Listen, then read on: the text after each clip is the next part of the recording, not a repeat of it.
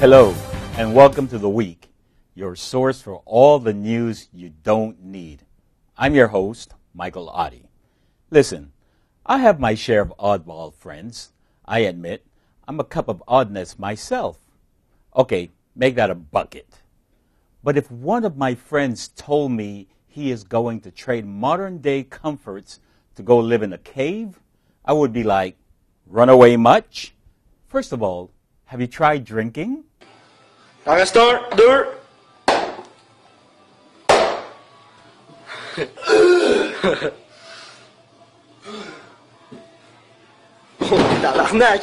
Some chose to seek shelter in a cave and from the rest of the world to focus on his paintings.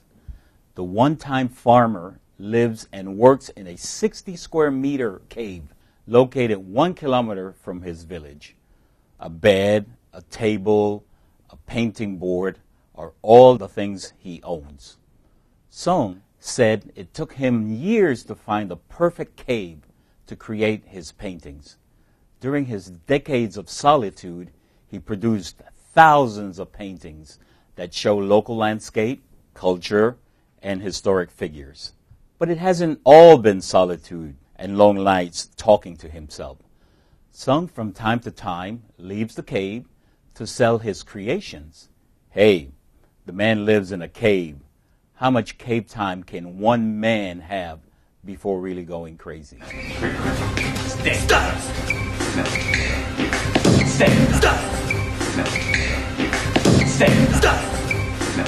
And speaking of running away and drinking and caves, some people should just be confined to one and seriously stop doing the other. I'm talking about goofballs like 20-year-old Daquan Tate of Hollidaysburg, Pennsylvania, who is so clearly a danger to himself, others, and street signs. According to state police, Tate was so drunk and speeding when he crashed his car into a speed limit sign that he continued on, took out a roadside mailbox, hit an embankment. Ma'am, I need you to drop the cup.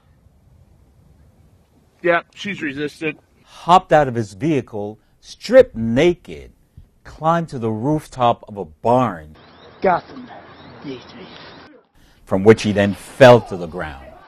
Still very drunk and very naked, he was not hurt, presumably not feeling any pain. He will have his day in court, however, where a judge will inflict some kind of pain. Kaboom! You've been lawyered. It's no secret Americans love their guns. Some states have even gone so far as to pass laws that allow people to openly carry guns. These so-called open carry laws are crazy. You can carry your gun in public places, even into businesses, including banks of all places. How is security supposed to know which gun-toting person is there to make a routine transaction or rob the bank?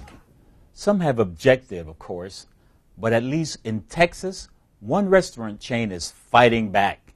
Whataburger, which had some 750 locations in 10 states, says its customers don't feel comfortable with guns in the place. Whataburger's decision to ban guns carried openly, concealed weapons of course are still legal to carry in the state, is expected to pave the way for other restaurants to enact similar policies that will further limit where gun owners can openly carry their firearms. But Open Carry Texas founder C.J. Grisham said Whataburger's policy was, quote, premature and irresponsible. I think most gun owners that know this policy are simply not going to go to Whataburger, like me, he said. Hey, CJ, that's the idea. So that's it for this week's edition of The Week. Please don't forget to check out our viral video. See you next week.